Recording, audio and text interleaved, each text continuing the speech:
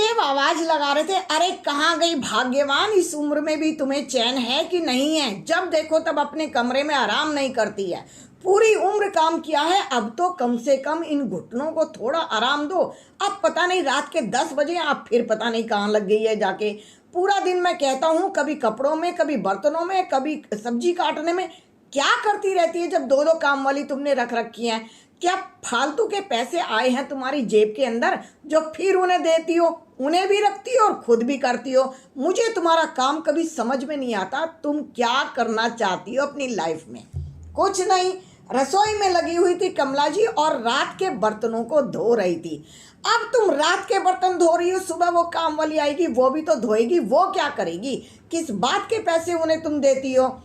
फिर कमला जी मुस्कुरा दी थी और कहा था, आप थोड़ी देर के लिए बाहर चले जाओ, मुझे किचन को, इस भंडारे को साफ करने दो। ये भोलेनाथ का भंडारा है, इसमें चीखना चिल्लाना नहीं होता है। वो तो मेरी समझ में आ गया कि ये भोलेनाथ का भंडारा है, लेकिन तुम सबके झूठे बर्तन क्यों करती हो? सुनते हो जी, ये सबके झूठे बर्तन नहीं होते। क्या मैंने अपने टाइम से बर्तन करने नहीं सीखे हैं? जब मैं छोटी थी तब भी करती थी, जब मैं ससुराल में आई तब भी करती थी, जब मैंने अपना घर बसाया मैं तब भी करती थी। और आज क्या दूसरे के बर्तन है क्या? मेरे और मेरे बच्चों के हैं, और किसके बर्तन? बाहर के तो नहीं है किसी के। तो अब क्यों कर रही हो? सुनो जी, एक बात बताओ, लक्ष्मी भी तभी आती है घर में जब बर्तन धुले धुलाए हों। रात को बर्तन कभी भी रसोई में नहीं छोड़ना होता। मैंने अपनी माँ से और अपनी सास से यही सुना है। सास तो मेरी ये कहती थी कि रात को बर्तन गंगा जी नहाने ना जाते हैं।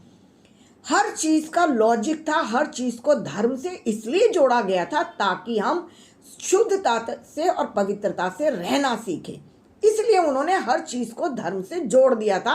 हम रात को कभी भी झूठे बर्तन नहीं छोड़ते थे और आज भी नहीं छोड़ेंगे। क्या हो गया, बहुएं कर लेंगी, काम वाली कर लेंगी, तुम क्यों घुसती हो इस काम में? उन्हें कह देती, वो कर लेती।